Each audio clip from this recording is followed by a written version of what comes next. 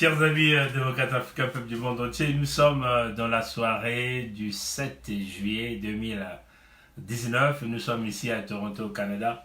Mais vous allez remarquer que nous sommes connectés un peu très tard, tard par rapport à ceux qui sont en Europe, ceux qui sont en Afrique. Mais éventuellement, il y a des occupations qu'il va falloir que nous puissions aussi tenir compte de nos devoirs aussi. Hein. Et c'est un direct qui ne va pas mettre beaucoup de temps. Je vais vous faire une révélation et puis on va essayer de regarder un peu ce qui se passe avec la diaspora de Paris, éventuellement avec ce scandale que nous sommes en train de voir entre le groupe South Suite, Guy Mafimba, Papou Gombe et le frère Charles-Alexandre Tsanga. Voilà. Donc, sans pourtant retarder, premièrement, nous tenons à condamner les actes de violence. Hein. Bon, Kevin Diafouka, c'est un compatriote congolais. Nous nous sommes connus toujours par le biais de cette résistance. Quand même qu'on a des différences parfois dans la chose publique, hein, la manière dont nous devons procéder pour libérer le Congo. Quelles que soient nos différences, nous ne pouvons pas arriver à ce point, hein, où des gens arrivent à aller chercher à incendier la maison de l'autre. Et ça, c'est des actes qu'il faut condamner. Et nous demandons tout le peuple congolais à condamner ces genres d'actes. Quelles que soient vos différences, nous pensons que les différences peuvent se régler par le biais d'un dialogue. C'est-à-dire que nous sommes une nouvelle jeunesse, nous sommes une nouvelle génération politique au Congo. Nous sommes aujourd'hui, on peut dire, des leaders d'opinion. Et nous ne pouvons pas se comparer à la classe politique des crocodiles, ceux-là qui ont mené le pays à la décadence, à la division, à la fraction. C'est cela qui est la vérité.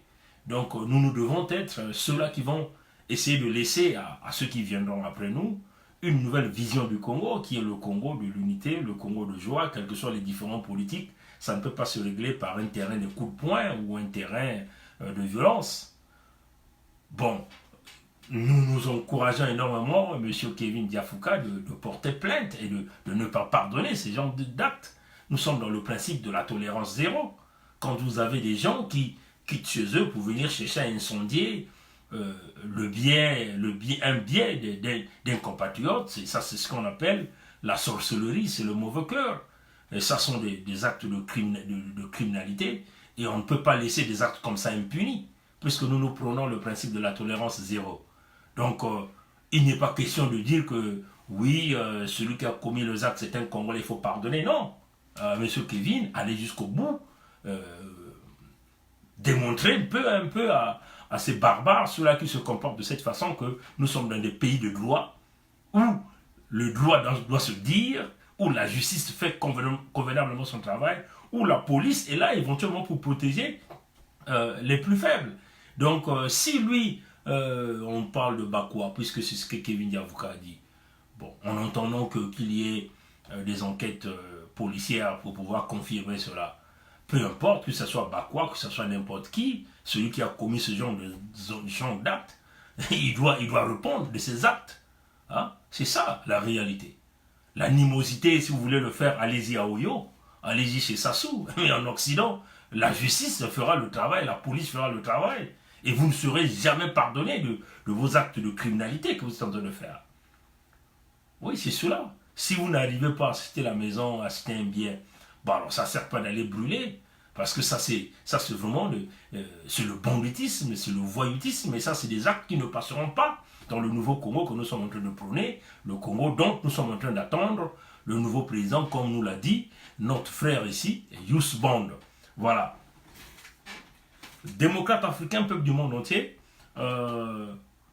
Sassou est parti le 6, donc samedi, à Niamey, au Niger, leur truc de Lungomba de l'Afrique, des despotes africains, l'Union africaine, là nous savons qu'il n'a jamais rien apporté, puisque nous savons que la plupart de tous ces gens qui sont partis, où ils ont été élus avec contestation, où ils ont fraudé les résultats des élections présidentielles, où ils ont eu à changer les constitutions de leur pays, et on ne peut pas nous dire que l'Union africaine doit être le modèle à suivre. Non, pas du tout. C'est un syndicat de despotes, des voyous qui ont confisqué la politique qui ont confisqué les libertés, qui ont confisqué les droits, qui ont confisqué même, on peut dire, les richesses de leurs États, en utilisant la répression comme un moyen de se maintenir au pouvoir.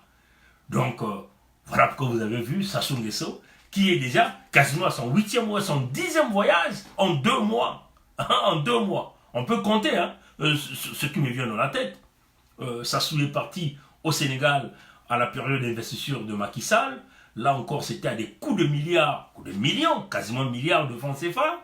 Parce que quand il voyage avec toute une équipe, toute la famille qui voyage avec lui, avec des avions de luxe, des avions de la toute dernière gamme de la technologie, vous voyez.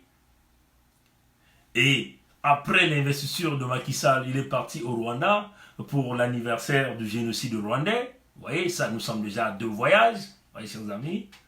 Nous avons vu Sassou Nguesso qui est parti en Russie pour un voyage qui n'avait pas de sens. Vous voyez, ça c'est déjà le 3e voyage.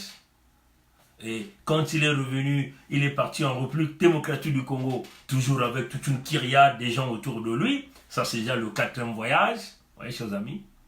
Et si vous ajoutez le voyage qu'il est parti au Gabon pour l'anniversaire, c'est pas du décès de Omar Bongo, ça vous fait déjà un 5e voyage, vous voyez, chers amis.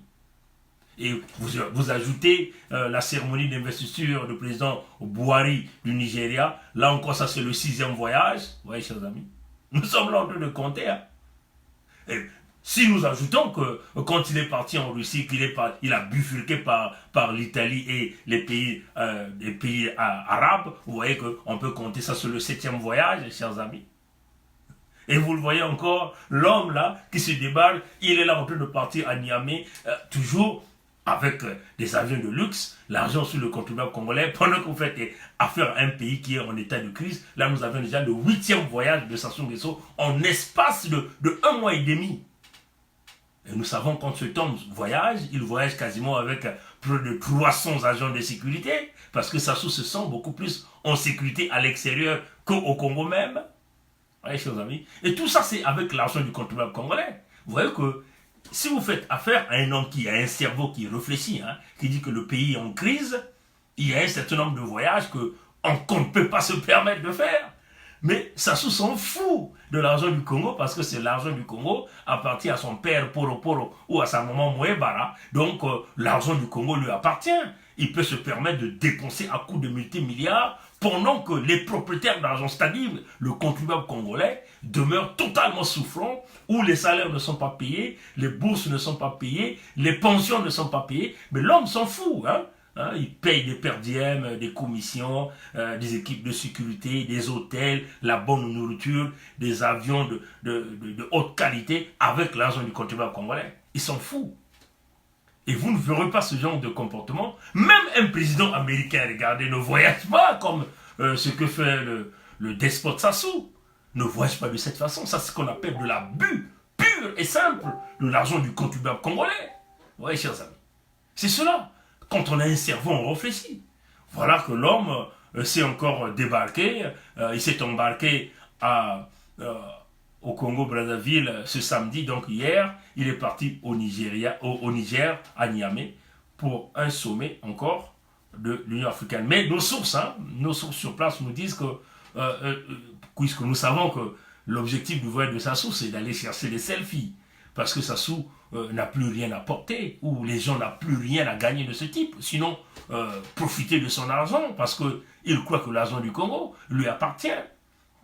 Nos sources nous disent que les grands chefs d'État d'Afrique, surtout ceux des pays anglophones d'Afrique, sont en train de lui jouer des tours, parce qu'apparemment, son équipe a sollicité des rendez-vous pour des rencontres parce qu'il veut profiter, prendre des selfies. On nous parle du Nigeria, du président Buhari, on nous parle de la Namibie, on nous parle du Kenya, vous voyez.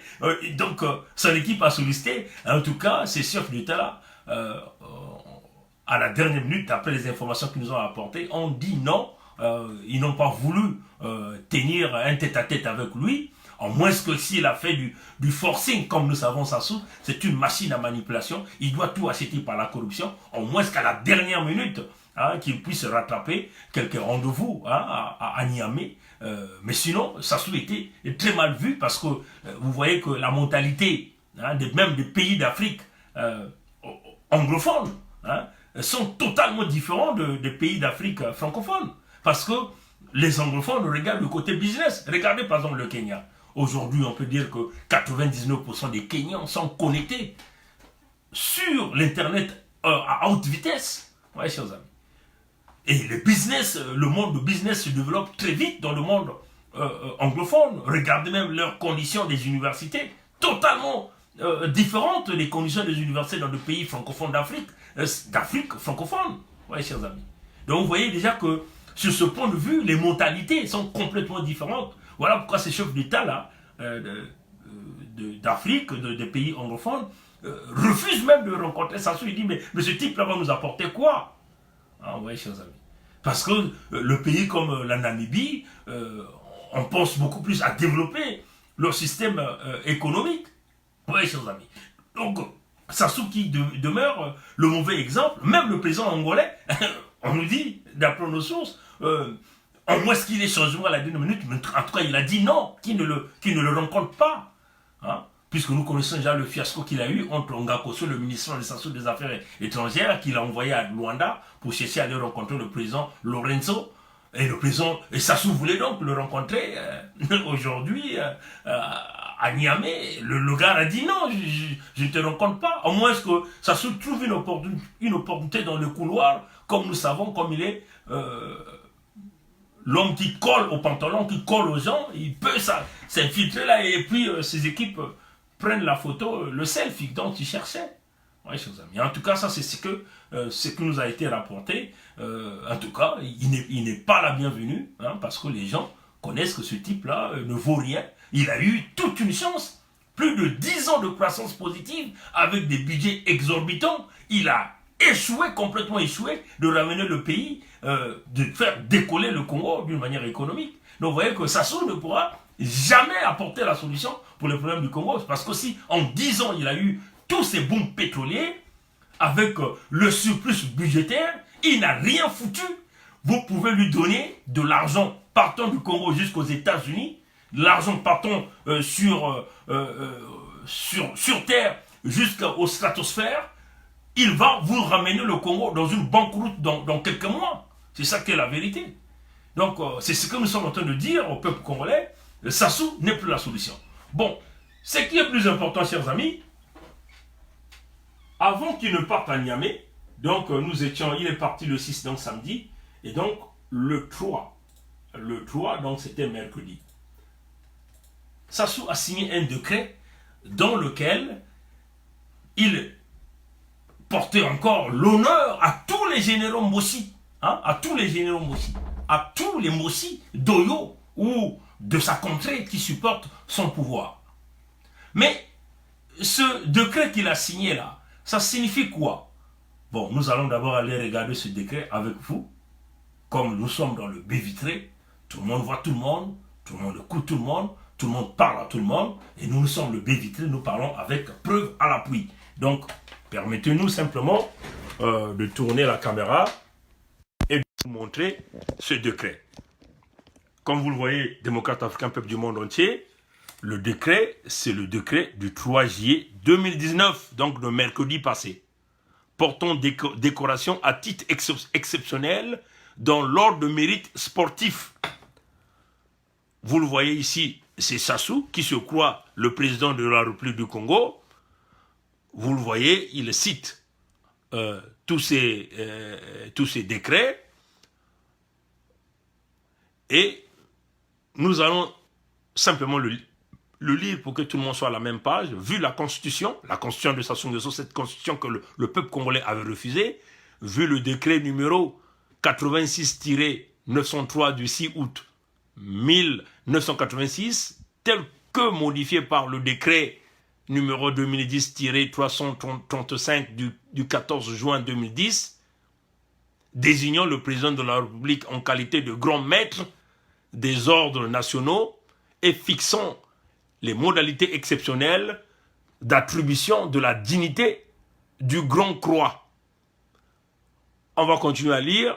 Vu le décret 1986-896 du 6 août 1986 portant réglementation de remise et du port de décoration des différents ordres nationaux, vu le décret numéro 2001-179 du 10 avril 2001 portant création et organisation du Conseil des ordres nationaux, vu le décret de numéro 2002-270 du 9 août 2002 relatif à l'ordre de mérite sportif, vu le décret 2009-126 du 23 avril 2009 portant attribution et organisation de la grande chancellerie des ordres nationaux, décret, on dit article 1er, sont décorés à titre exceptionnel dans l'ordre du mérite sportif. Vous voyez les noms qu'il a décorés. Si vous voyez tous les noms qu'il venait de décorer, le 3 juillet, donc mercredi passé, tous ces des mboshi au grand du commandeur, Monsieur Monjo.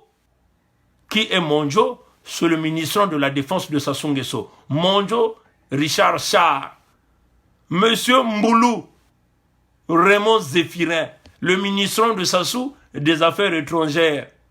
Le général de division Okoy Guy Blanchard, qui est le chef d'état-major de l'armée de la Gestapo. Le général de division Essengo Noël Léonard, il est le chef de la Gestapo de la zone de Pointe-Noire, ce monsieur-là. Le général de brigade Moigny Paul Victor, celui-là, je crois qu'il est en charge de la gendarmerie, Mboshi. Le général de division Boukaka René, celui-là, je ne le connais pas. Mais le nom-là, en tout cas, certainement, c'est un Larry. Mais ça, c'est un homme aussi du pouvoir de Sassou. Le général de police deuxième classe, Ndengue Jean-François. Voilà les gens, les généraux, 99,99% des Mboshi que Sassou venait de nommer.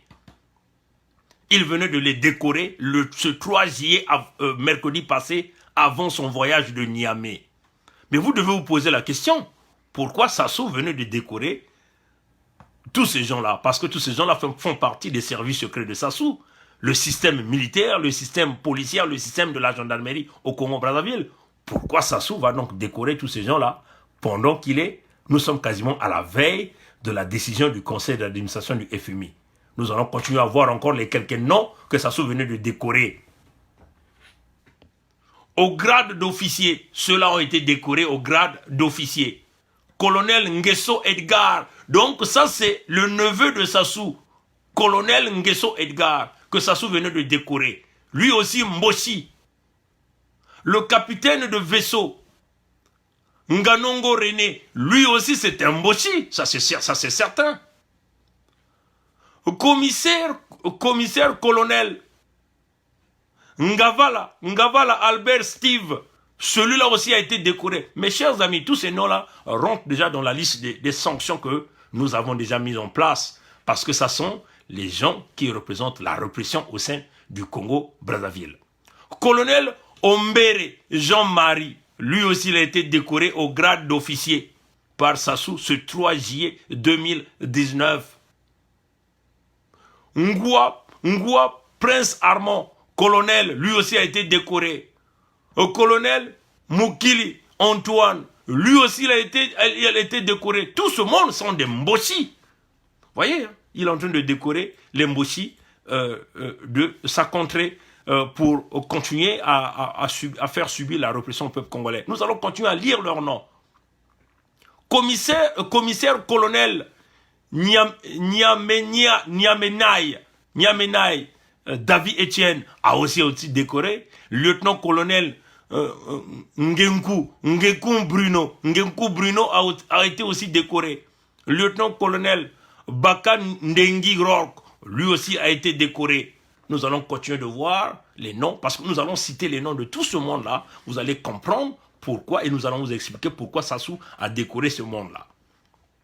Au grade de chevalier, capitaine Monka Kevin Gaïton, capitaine Mpouele Ngondo Jacques Ghislain Fabrice, adjudant Ndinga Steve Magloire, adjudant Ngango Christian Jean Roger, adjudant Elenga Ghislain, Monsieur Luamba Balekita Blaise, Monsieur Ewele Patrick Francis, Monsieur Bunzanga Benjamin, adjudant Mbango Onko Yul, Monsieur Elenga Magloire, sergent-chef Oswala Baleli Boss Carius, Monsieur Sita Cartel Carole. On va continuer à lire les noms de ces gens-là. Sergent Nkonzi Romaric Emar, maréchal des logis, maréchal des logis, Mouessé Médical l'unique, caporal-chef Amburu Mbango Chanel, soldat Yua Benjeni Eldrich, soldat Mouzita Désiré Victor, soldat, on est là, soldat Mombouli Akiana Régis Rai, soldat Bukinda Dibc Bertrand, soldat Kibozi Borel Sullivan, Nzo Silva Christian Dong, Aswa Wande, soldat Aswa Wande Valence, soldat Misakila Pojoul, soldat Angundu Rodel. Voilà, ce sont les noms que Sassou Nguesso, et comme vous avez dit, l'article 2, les droits de chancellerie prévus par les textes en vigueur ne sont pas applicables. Le présent décret sera enregistré et publié au journal officiel de la République. Et vous le voyez ici, fait à Brazzaville le 3 juillet 2019. Voilà, c'est Sassou Denis, le despote, l'homme à la coiffe du diable, celui-là qui pense que le Congo lui appartient, le Congo appartient à Poro Poro, le Congo appartient à sa maman Moué Bara, le Congo appartient au Mboshi de Yo, de Lombo, de Tikapika, de Bunji, et ainsi de suite. Alors, chers amis, vous voyez, hein, Sassou, le calculateur, le malin, il prépare tout. Vous devez comprendre pourquoi Sassou vient de décorer toute sa classe militaire. Tous ces officiers-là, supérieurs, là, les sous-officiers qui sont à la guise du pouvoir dans le clan, du pouvoir dans le système, le pouvoir de la répression.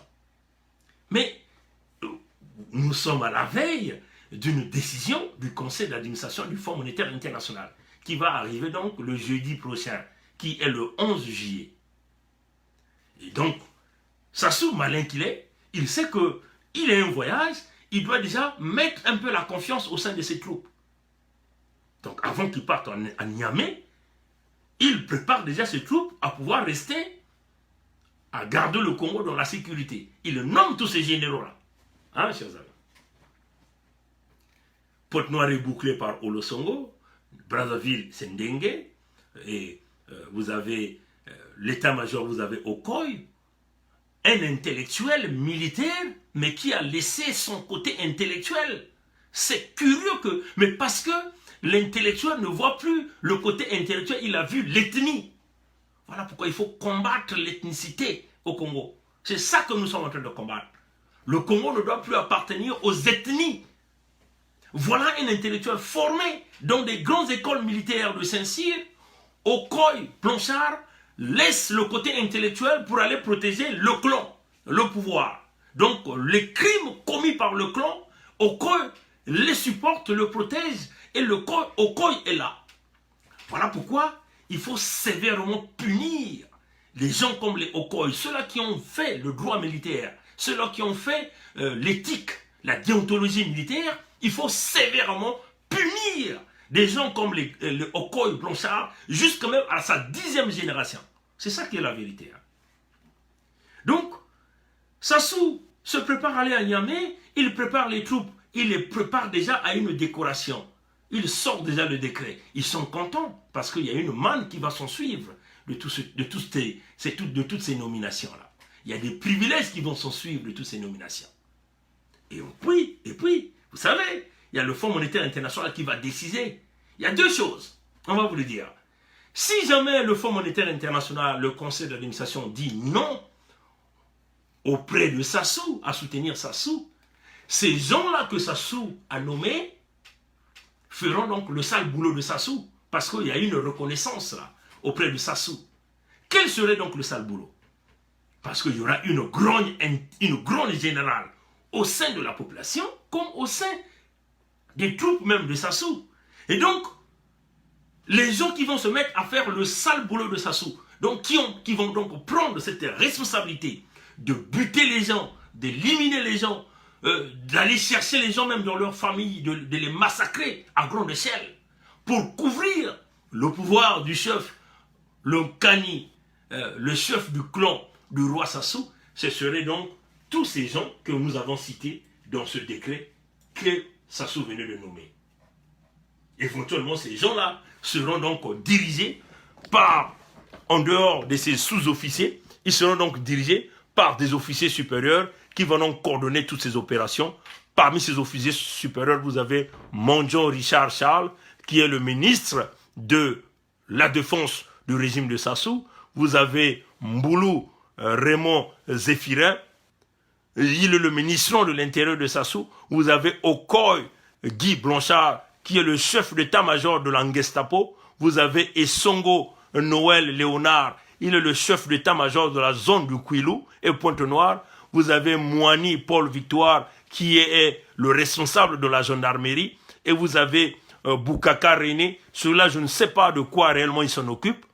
Et vous avez donc Ndengue François, lui là il s'occupe de la police au niveau du Congo-Brazzaville. Et sans compter, au grade d'officier supérieur, de grade d'officier, vous avez des gens comme de Edgar Nguesso, qui fait partie de toute cette équipe, qui vont donc mener la répression pour massacrer le monde au Congo-Brazzaville. Donc vous voyez que ça c'est la première hypothèse. Le Fonds monétaire international ne donne pas de l'argent à Sassou, il y a une grogne qui va se générer à l'intérieur du Congo, et donc ces gens-là feront donc le sale boulot à la place de Sassou. Et quand, si jamais un jour, les tribunaux internationaux ou les grandes nations vont chercher en réalité les auteurs de ces crimes, Sassou dira, ce n'était pas moi, ce sont ceux-là qui ont occupé ces fonctions, qui ont fait ce travail-là, ce n'était pas moi, ils ont fait ce travail en tant que responsables de ces administrations. Vous voyez? Ça, c'est la première hypothèse. La deuxième hypothèse est que le Fonds monétaire international donnait de l'argent à Sassou. Nous savons que si on donnait de l'argent à Sassou, il y aura des grandes conditions qui seront là. Quelles sont ces conditions-là? La coupe de la Gestapo. Parce que l'employeur numéro 1 au Congo, c'est le régime militaire de Sassou. Donc forcément, Sassou va couper, sectionner des emplois au sein de ses troupes, au sein de ses petits. Et donc il y aura une grande intérieure. Et ces gens-là auront cette responsabilité de massacrer tous ces jeunes-là, que tu sois Mbossi Doyo, Mbossi Dolombo, Mbossi de Tikapika, ils vont se mettre à faire de la razzia au sein de la police, au sein de la gendarmerie, au sein des forces de la Gestapo, parce qu'il n'y a pas une police nationale au Congo. Oui, chers amis. Donc, ce sont ceux-là que Sassou déjà a nommés pour faire ce boulot-là, pour se préparer à toutes les éventualités, dans le cas où il y a l'argent, ou dans le cas où il n'y aura pas l'argent. Oui, chers amis. Donc, c'était nécessaire qu'on puisse dénoncer déjà les manigances que vous ne connaissez pas encore, que votre diaspora ne connaissait pas, mais nous, dans le système du baie vitré, tout le monde voit tout le monde écoute tout le monde parle à tout le monde. Nous avons donc pu mettre la main à ce décret que Sassou venait de signer ce mercredi passé, le 3 juillet 2019. Donc il prépare des commandos gérés par tout ce monde pour pouvoir frapper le peuple congolais. Mais nous voulons dire au peuple congolais, n'ayez pas peur, allez-y. Ils peuvent sortir toute leur armée face à un peuple qui a des ventres affamés. Un ventre affamé n'a point d'oreille. Ils ne pourront pas gagner le combat. Ils vont certainement massacrer, mais vous aurez certainement la chance de mettre votre main sur ces voyous. Donc, toutes ces manipulations, n'ayez pas peur, parce qu'ils savent que l'économie dirige la politique. Si l'économie te donne 0, la politique ne pourra rien faire. Mais comme du point de vue politique, si le Fonds monétaire international vous donne les signaux en disant qu'on lui donne l'argent, vous avez là le signal d'aller chercher cet homme. Même si on lui donne de l'argent, on vous dit que ça va être pire que la situation que vous êtes en train de vivre aujourd'hui, parce qu'il y aura des sections dans tous les niveaux au Congo et le peuple va continuer à souffrir de plus en plus. Souvenez-vous, l'argent que le Fonds monétaire international, si jamais on approuvait, ça ne va jamais aider le contribuable congolais, ça va plutôt aider le régime à continuer à s'acheter des armes, à continuer peut-être à doubler même les achats des armes, le pourcentage des achats des armes. Actuellement, c'est 8% du PIB. Nous serons peut-être à 16% du PIB. Ça donnerait plus la force au régime. Mais comme vous êtes le peuple gagne toujours, d'après notre ami de la République démocratique du Congo qui n'est plus en vie, M. Mukendi. Donc, on le dit, Rossi, ce frère africain qui nous a quittés, parce qu'il était victime de la dictature de Kabila,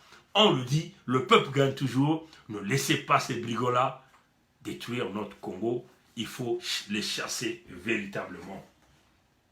Bon, on va rapidement frôler cette saga que nous sommes en train de voir entre le compatriote Charles-Alexandre Sanga, les Guy Mafimba et tout ce monde-là.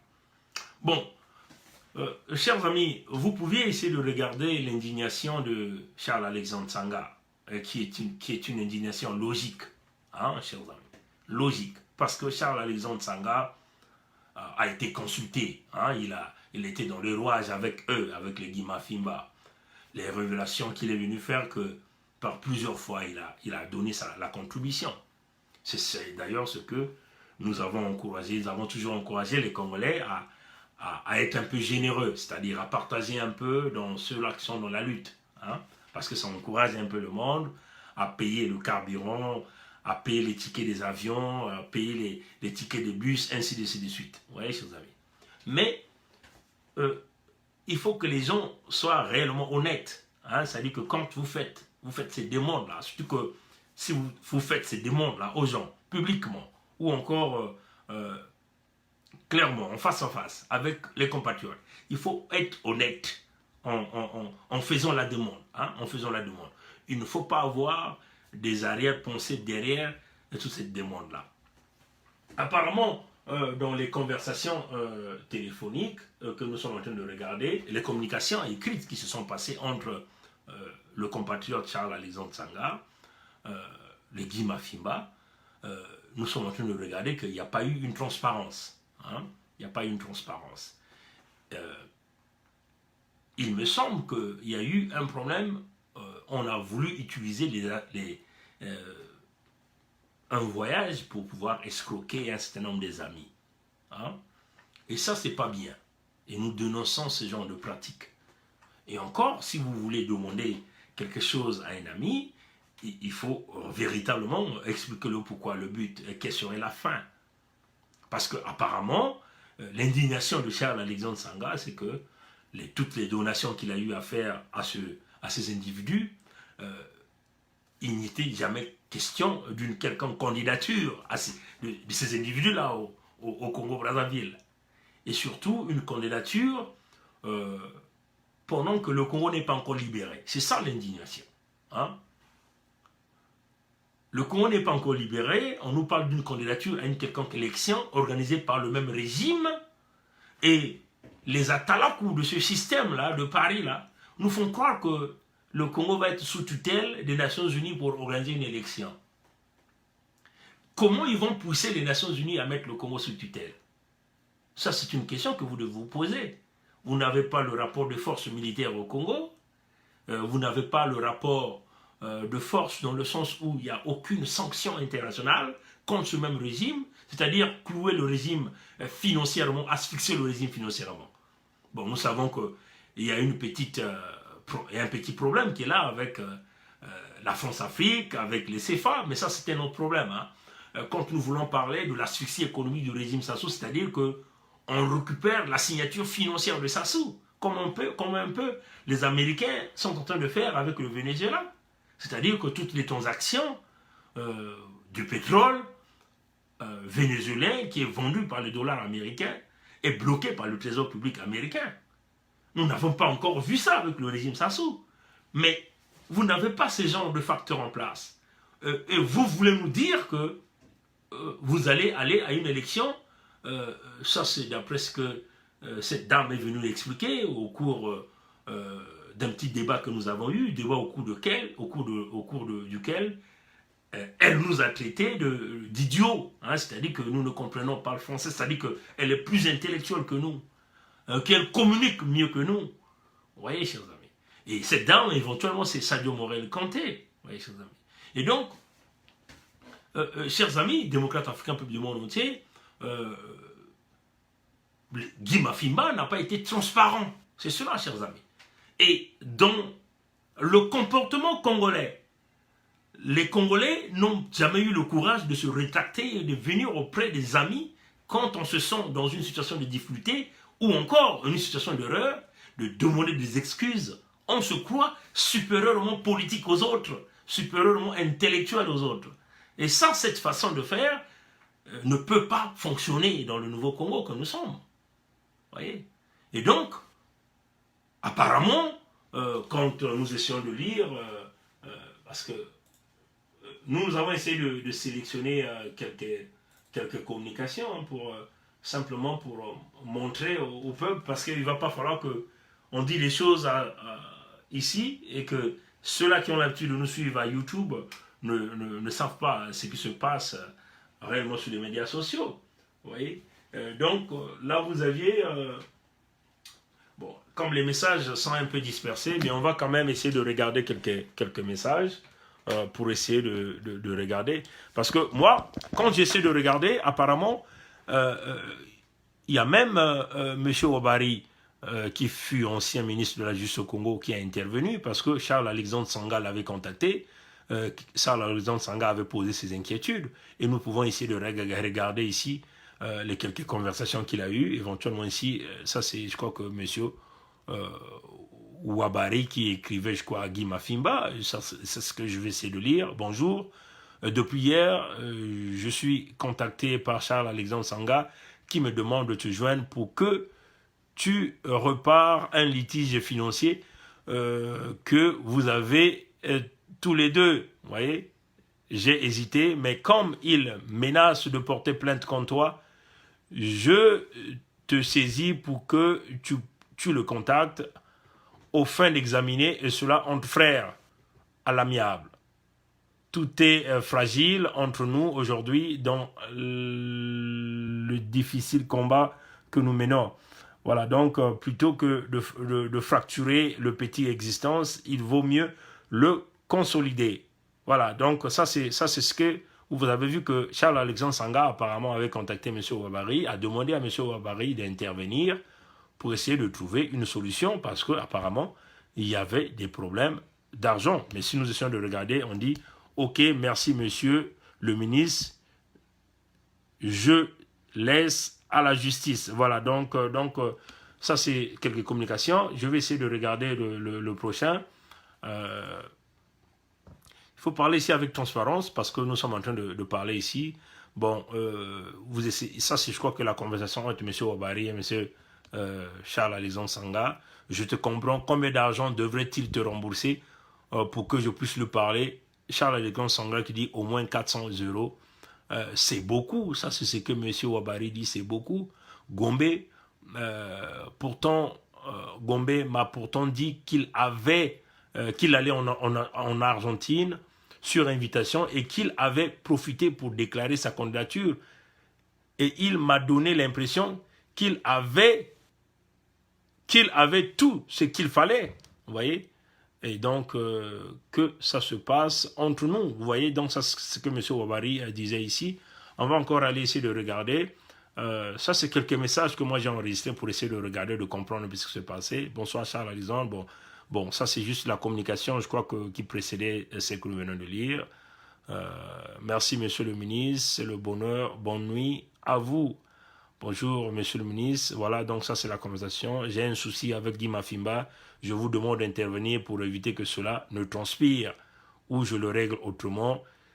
dites-lui simplement de me répondre gentiment. Merci, monsieur le ministre. Donc, nous avons compris que Charles Alexandre Sanga a essayé de régler cette situation entre les murs, entre eux, en faisant même intervenir un aîné qui est monsieur Ouabari.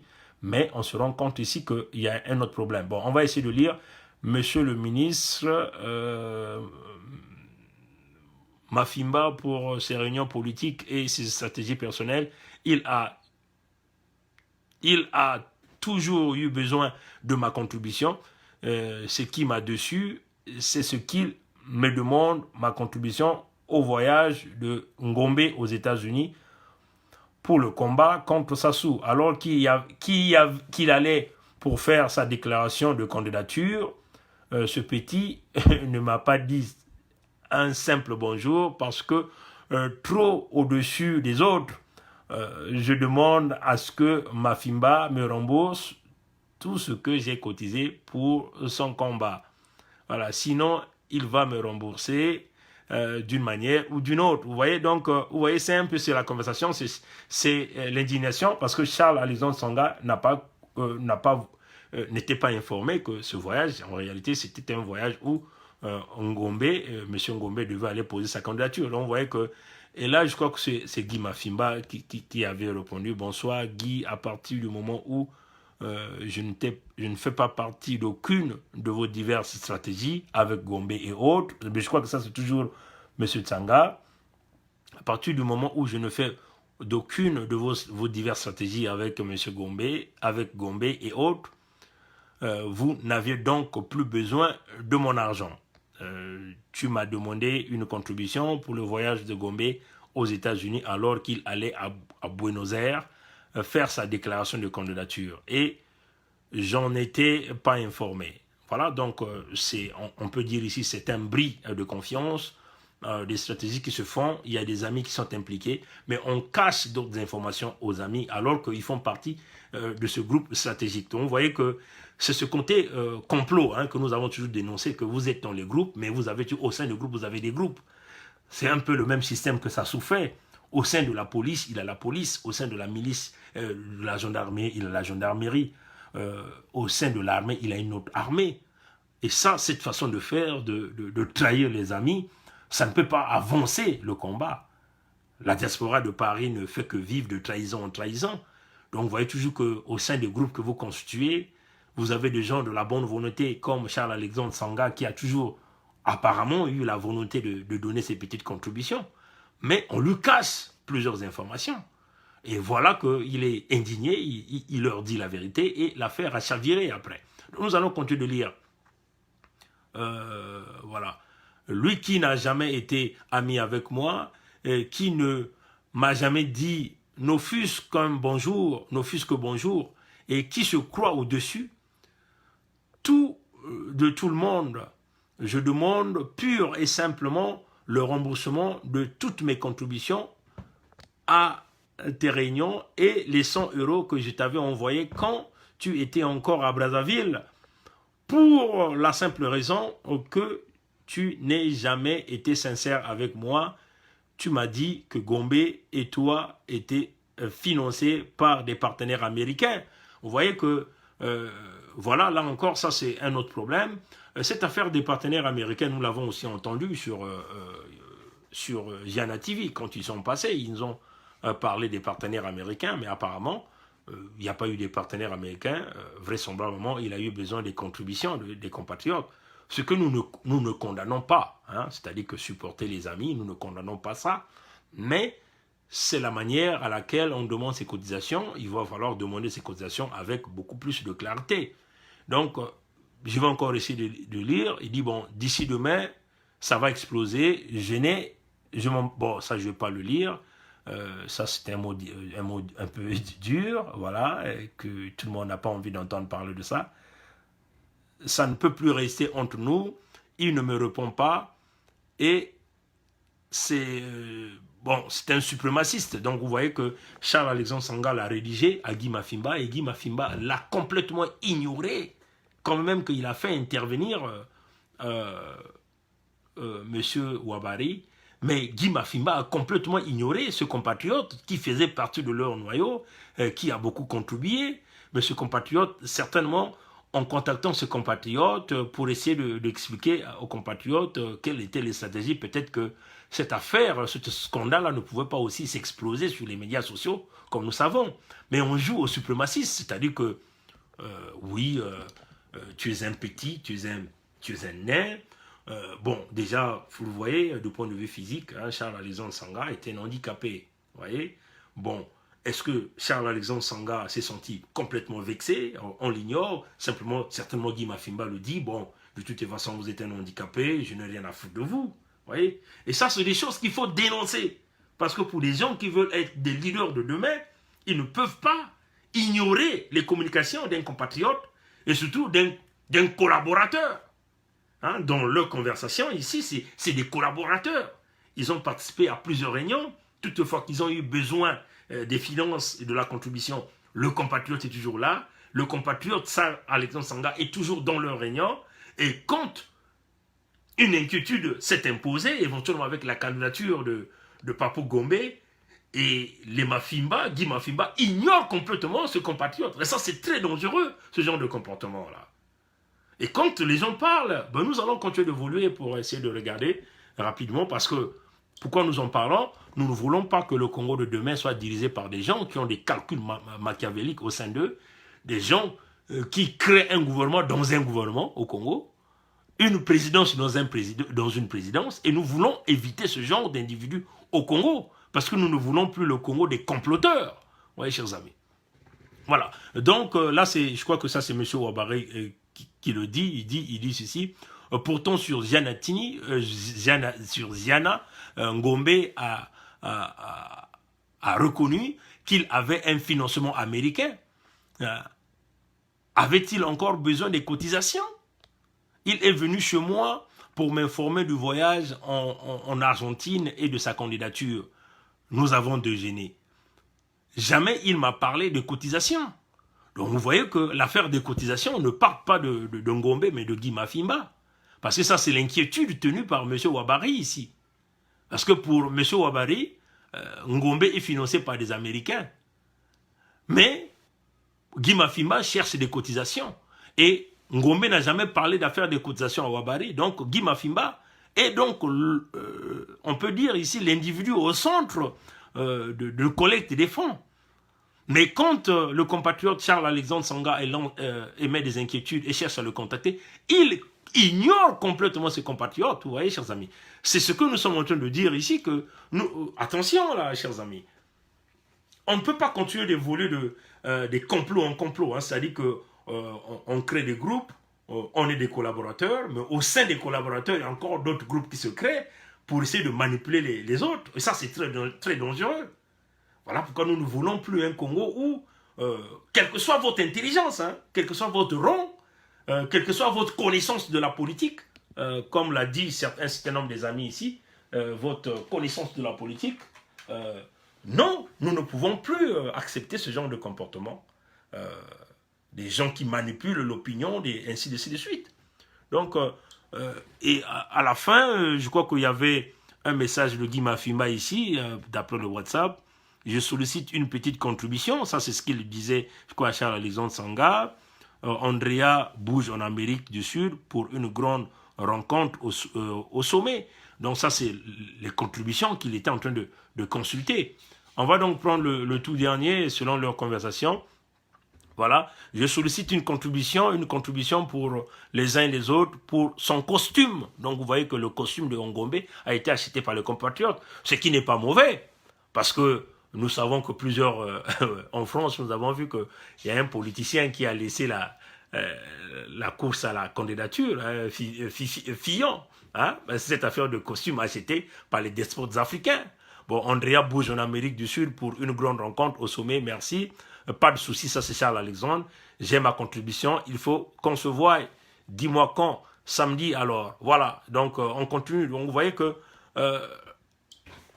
bon, vous pouvez encore aller regarder. Moi, ce qui m'a vraiment inquiété, où l'affaire s'est dégénérée d'une drôle de manière, où le compatriote Guy Mafimba arrive à traiter Charles-Alexandre Sanga même de fou. Hein, allez-y voir les messages, hein, tout est là sur le mur de Charles-Alexandre Sanga, de fou. Et ça, c'est pas bien, hein, chers amis. Hein. Alors que le compatriote, si vous essayez de regarder, bon, Charles-Alexandre Sanga, c'est pas mon frère, hein, c'est pas mon ami. Hein. Mais moi, j'essaie de regarder la chronologie, hein, les stratégies que lui, il a utilisées pour essayer de résoudre cette affaire dans les couloirs. Hein, il a fait intervenir des gens. Ouabari a intervenu, ou M. Ouabari a été l'intermédiaire pour essayer de régler. Même M. Ouabari a voulu que ça se règle entre nous, donc entre nous, la diaspora, entre nous dans les coulisses. Mais le Guy Mafimba, la suprématie politique et intellectuelle, la suprématie physique, hein, a fait qu'il ignore complètement le compatriote Charles-Alexandre Sanga, alors qu'il faisait partie du cercle. Quand il s'agit des contributions, il était toujours là. Vous voyez. Et moi, quand je vois ce genre de choses, je dénonce. Parce que nous sommes dans le baie vitré. Comme l'affaire est venue publique, il faut qu'on le dise. Parce que demain, nous ne voulons plus le Congo des comploteurs. C'est-à-dire que vous êtes dans un groupe, il y a d'autres gens qui vont encore créer des groupes pour compléter, mijoter d'autres choses. Nous ne voulons plus de ça. Nous ne voulons plus qu'il y ait une république dans une république. Il faut qu'il y ait une seule république qui est le Congo-Brazzaville. Vous voyez? Il faut qu'il n'y ait qu'un seul gouvernement. Il ne faut pas que ça soit une autre famille dans la famille qui gère ce pays-là. Et ces petits complots que nous sommes en train de voir avec cette diaspora de Paris, éventuellement avec un certain nombre d'individus, c'est pas bien. Ça n'honore pas la diaspora de Paris. Et pourtant, cette diaspora est pleine des élites, des Congolais intelligents, des Congolais qui ont des stratégies pour pouvoir amener le combat dans le bon chemin. Oui, chers amis. Et donc, laissons ce côté de la suprématie. Nous demandons aux compatriotes Mafimba, mettez de l'eau dans votre verre de vin et rapprochez-vous de M. Charles-Alexandre Sanga pour essayer de régler cette affaire, pour éviter, puisqu'il y a déjà une plainte qui est là. Hein, il y a encore une possibilité de régler ça. Retrouvez-vous en tant que compatriote, laissez votre orgueil, parce que c'est ça le côté orgueil. Parce que si Charles-Alexandre Sanga est arrivé même à déposer la plainte, parce qu'il a cru être escroqué par vous. Parce que Ngombe ne parle pas des contributions. Parce que pour Ngombe, il y a des contributeurs américains qui sont là. Mais pour Guy Mafimba, il faut que les contributeurs doivent partir de la communauté. Ouais, donc il n'y a pas l'entente dans leur communication. Là. Puisque même M. Ouabari l'a dit que Ngombe n'a jamais parlé des contributions. Je suis un peu surpris puisqu'il y a des contributeurs américains qui sont là. Oui, chers amis. Donc, retrouvez-vous, discutez, parlez en tant que frères, en tant que Congolais, laissez vos vestes d'orgueil de côté et réglez cette situation parce que ça n'honore pas la diaspora de Paris ni le peuple congolais. Bon, de l'autre côté, c'est qu'il y a une dame qui joue à l'agitation, hein, qui expose plusieurs Congolais. C'est Sadio Morel-Conté qui rentre à l'intérieur. Elle a eu une conversation privée avec le frère Marc Mapingou. Mais ça, c'est une conversation entre les deux. Mais intelligente qu'elle est, elle profite des propos tenus par Marc Mapingou. Elle vient donc en public avec cette communication-là. Je vais essayer de les regarder. Où Marc Mapingou s'adressait aux Congolais qui aiment s'attaquer, hein, au côté physique hein, des individus. Bon, il y a eu quelques mots durs où on traite un peu ces genres de comportements de chiens, vous voyez, chers amis. Mais le fait que Sadio Morel-Conté est allé prendre cette communication, l'a mis en public, c'est comme une façon d'exposer Marc Mapingou. Hein? C'est ça qui est la vérité. Et vous devez aujourd'hui comprendre le rôle que Sadio Morel-Conté réellement joue au sein de la diaspora de Paris. Le rôle de Sadio Morel-Conté, c'est de briser les Congolais, détruire les réputations. Même pour Marc Mapingou lui-même, il doit forcément faire attention avec cette femme. C'est ça qui est la vérité. Parce que si vous avez une conversation privée, vous deux, je crois qu'avant qu'elle puisse publier ce genre de choses, de mettre en public, elle devait quand même demander votre autorisation. C'est cela, chers amis. Dans une bonne collaboration des amitiés, même dans cette lutte, hein, vous ne pouvez pas vous engager à publier une communication que nous avons eue tous les deux sans pourtant que tu puisses avoir une autorisation de ma part. Donc, même pour Marc Mapingou, attention, doyen Marc Mapingou, Sadio Morel-Conté demeure une véritable dangereuse. Vous avez vu un peu le comportement de Sadio Morel-Conté. nous l'avons déjà su depuis très longtemps, qu'elle jouait le jeu du pouvoir. Parce que nous sommes dans le baie vitré, et en dehors du baie vitré, on peut constater des faits. Quels sont ces faits? Toutes les fois que les gens du régime Sassou venaient à Paris, elle était la première à être informée. Et elle était la première à tendre le micro à tous ces gens du régime de Brazzaville. Or, nous sommes dans une lutte. Dans cette lutte, c'est aussi une lutte médiatique. Ces gens-là n'ont pas de leçons à venir nous donner au sein de la diaspora. Tendre le micro aux gens de Brazzaville, oui, vous allez nous dire au nom de la démocratie, mais eux, ils ne le font pas au Congo-Brazzaville. Le micro est essentiellement réservé aux gens qui font l'apologie du régime Sassou. Et toutes les fois, que ce soit des menus frétins ou des gros poissons qui venaient à la place de Paris du régime Sassou, Sadio Morel Conté était toujours informé et elle était la première à aller passer des interviews avec ces gens-là. Alors nous l'avons dénoncé avec la plus grande énergie. Et nous continuons de le faire même avec Sir Makosso de Giana TV. Si Sir Makosso prend une devise, la chaîne au cœur de la diaspora, c'est une communication avec la diaspora. Donc si Sir Makosso veut faire passer l'information, ce n'est pas les Congolais au Congo qui vont aller lire l'information de Sir Makosso. Ce sont les Congolais de la diaspora. Mais si nous sommes dans cette lutte, et si cette diaspora, si on se dit 92% de la diaspora veut la chute du régime Sassou, ça veut seulement dire que 92% de la diaspora ne veut pas vous voir tendre votre micro et vouloir nous donner des leçons de la démocratie. Il n'y a pas de démocratie au Congo, donc vous ne pouvez pas nous parler au nom de la démocratie que vous donnez les micros ou de la liberté d'expression que vous donnez les micros à ce régime. Vous donnez le micro à ce régime parce que ce régime vous paye de l'argent. Et donc, ipso facto, vous contribuez à la diffusion de l'information du régime criminel et dictatorial du Congo-Brazzaville. Donc, ennemi de la diaspora et ennemi du peuple congolais. Donc, vous ne pouvez pas vous dire que vous êtes la chaîne au cœur de la diaspora. Le cas de Giana TV, nous l'avons aussi dit, tous les événements qui se passent à l'ambassade du Congo à Paris, c'est Giana TV qui est là. Qui finance Giana TV? Ça, c'est des questions que vous devez vous poser. Alors, quand nous, une fois M. Mapingo est passé sur Giana TV, nous avons intervenu, M. Sir Makosso saisit l'opportunité, pensait nous fustiger. Mais il faut dire la vérité au peuple congolais. C'est ça qui est la vérité. C'est ça qui est la vérité. Et nous sommes là pour vous le rappeler. Le combat, il est aussi médiatique. Si nous supprimons la communication de tous ces individus-là au sein de la diaspora, à qui ils vont se communiquer? Donc, vous voyez que vous n'êtes pas dans le combat. Vous êtes certainement dans le combat, mais vous êtes en train de faire de l'argent derrière le dos des Congolais, derrière le sang des innocents, du peuple congolais qui est en train de mourir au Congo. C'est ça qui est la vérité. Même quand vous nous dites, oui, vous tendez vos micros à la diaspora. Mais oui, vous êtes la chaîne de la diaspora.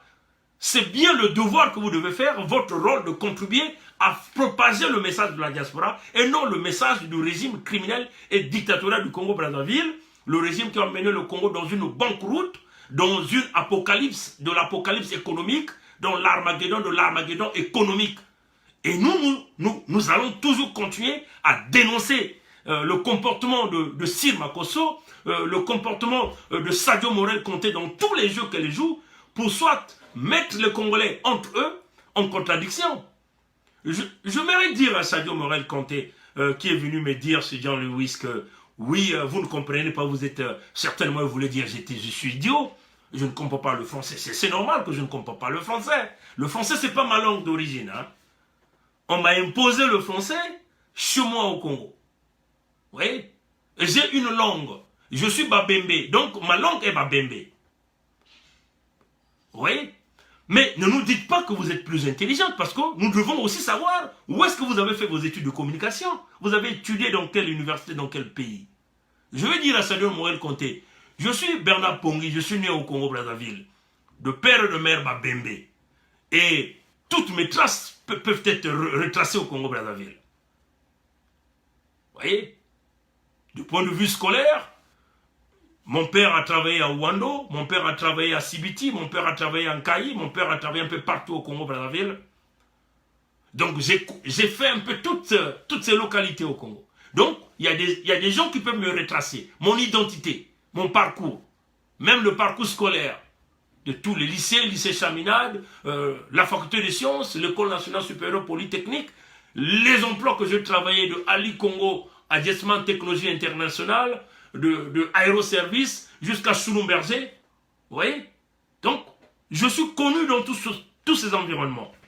Donc, je ne suis pas quelqu'un qui n'a pas de repère au Congo. Donc, si vous aviez acquis la citoyenneté du Congo par le biais de la naturalisation, moi, je ne vous condamne pas parce que nous sommes dans un global monde, dans le monde global, où des humains sont appelés à bouger. Mais attention, respectez les autochtones, comme on dit. Vous voyez? De point de vue intelligence, c'est quoi l'intelligence? Le français dont vous inventez. La communication, c'est quoi? C'est la capacité de communiquer votre message le plus simplement possible et à faire comprendre votre auditoire. Aujourd'hui, que nous sommes en train de regarder, quel est votre auditoire, Madame Sadio Morel-Kanté?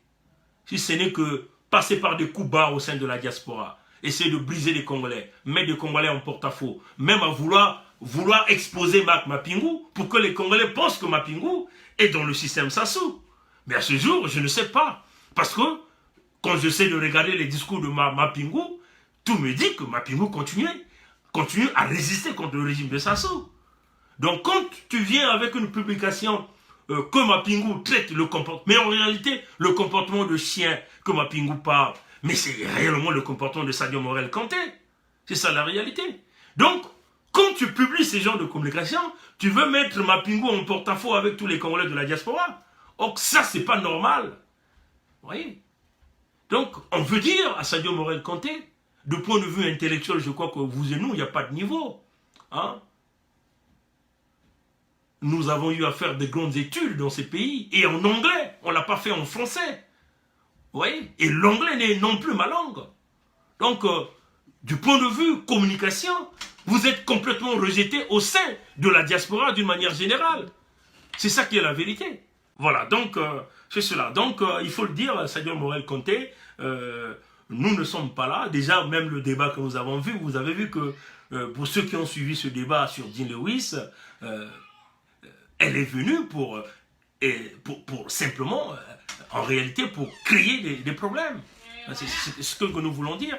Et si vous avez vu ce débat que nous avons fait sur Jean Lewis, elle était incapable d'ailleurs d'expliquer le comment de leur candidature.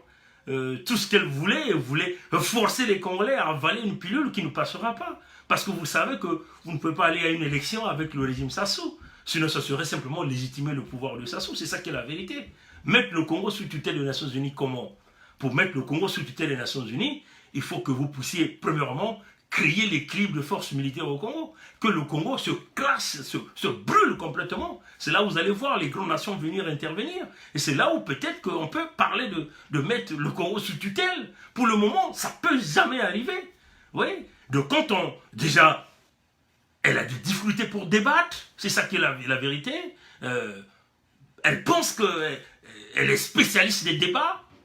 Il faut d'ailleurs voir qu'elle nous dise où est-ce qu'elle a fait ses études. C'est ça qui est la vérité. C'est ça qui est la vérité. Donc elle vient simplement pour déjà, l'objectif c'est venir se clasher avec Bernard Bangui. Mais nous ne sommes pas dans ce terrain. Nous sommes là pour dire la vérité avec notre petite connaissance du français, avec notre petite connaissance de l'anglais, avec notre petite connaissance de Munkutuba, de Lingala. Vous voyez, chers amis, il faut déjà dire à Sadio Morel-Kanté de s'exprimer déjà dans toutes ces langues, de parler Munkutuba, de parler Lingala. Oui, je sais qu'elle parle Lingala, elle doit parler Munkutuba. Et nous essayons de communiquer avec le peuple, avec toutes ces langues. Vous voyez, chers amis. Donc, on le dit, que cette diaspora de Paris se ressaisisse, parce que nous sommes dans un moment crucial de notre pays. Nous n'avons pas besoin de divisions. À ce net moment, nous avons besoin d'un peuple rassemblé pour avancer tous ensemble. D'ailleurs, si vous essayez de regarder, je crois que M. Wabaluku l'a aussi dit dans l'une de ses vidéos, et il a même dit aujourd'hui, sur le direct qu'ils ont fait avec Jean Lewis de la radio de la communauté de Chicago, on a besoin de rassemblement. Il va falloir que nous arrivons à faire chasser ces gens-là. Vous ne comprenez pas le degré de la souffrance qu'ils ont placé le Congo. quand on vous parle de l'asphyxie économique, volontairement, ces gens-là ont décidé de piller le Congo. À la place, ils bombent les muscles. Et vous voyez que l'unique façon de leur imposer le retour de l'ascenseur, c'est il faut que nous réussissons à mettre en place des sanctions, c'est-à-dire qu'on retire la signature financière de Sassou, qu'on bloque toutes les transactions liées à la vente du pétrole, des minerais, tout ce qui est attaché à la monnaie de référence que nous appelons le dollar. Nous arrivons à mettre les sanctions pour les empêcher de voyager. Même leurs diplomates, même Sassou lui-même, les clouer là au Congo. Hein, vous voyez, c'est une façon de les asphyxier. Et puis leurs parents qui sont à l'étranger, plus question des transactions de fonds. On bloque les comptes bancaires. C'est cette façon que vous allez commencer à créer une véritable grogne au sein de ces troupes qui venaient de nommer là, pour commencer à malmener encore le peuple congolais.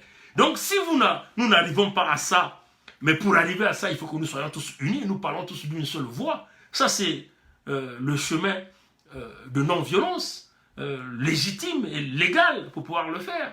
Vous voyez, chers amis. Et donc si nous arrivons déjà à le faire, ce serait déjà un premier point, et puis éventuellement pousser pour une résolution au niveau des Nations Unies, essayer de regarder avec les Français, parce que pour le moment c'est la France qui bloque avec le droit de veto, puisque tous ces pays de l'Afrique centrale là sont sous la France, le droit de veto des Nations Unies, de la France aux Nations Unies, essayer de voir avec les Français comment on peut venir avec cette résolution pour que nous puissions débloquer au moins le pays du point de vue sécuritaire. C'est-à-dire que nous apportons minimum 40 000 troupes des Nations Unies qui auront pour rôle d'abord de rassurer la sécurité au niveau des populations, deuxièmement de désarmer le camp qui est hyper armé, parce que ce n'est pas l'armée nationale au Congo, ce n'est pas la police nationale, ce n'est pas la gendarmerie nationale, c'est une milice privée de Sassou Denis. Donc il faut les désarmer complètement. Mais non, si Sassou ne veut pas que les Nations Unies arrivent, et en ce moment-là, nous passerons par l'équilibre de forces militaires.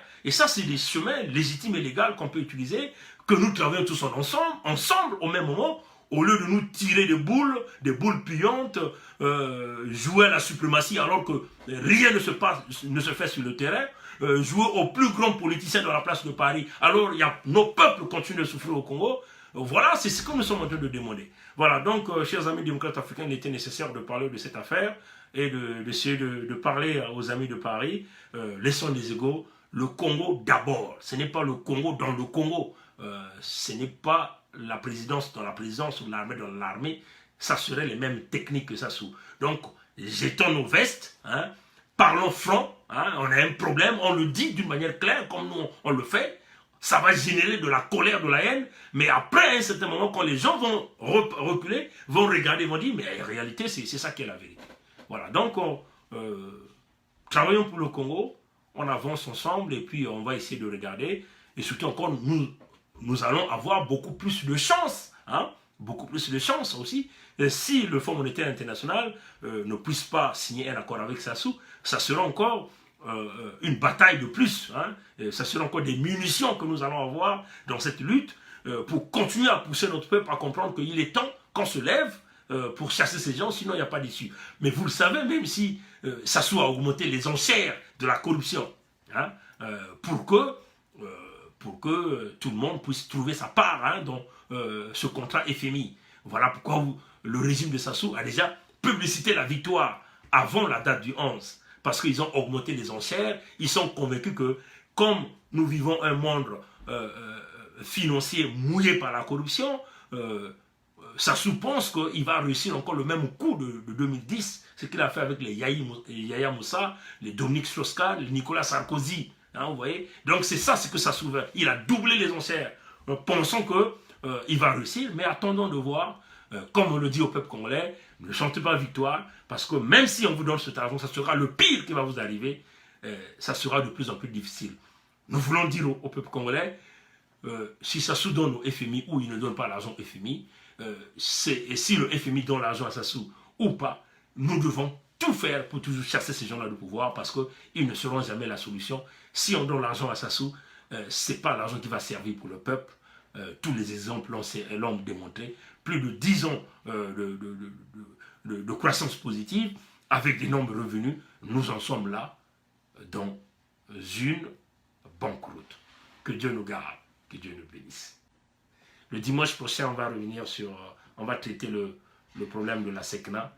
On va essayer de mettre les parallèles, la SECNA et la compagnie Air Afrique. Bien sûr, toujours ce sont les Africains qui vont perdre, mais c'est la France-Afrique qui est toujours gagnante. Que Dieu nous garde, que Dieu nous bénisse.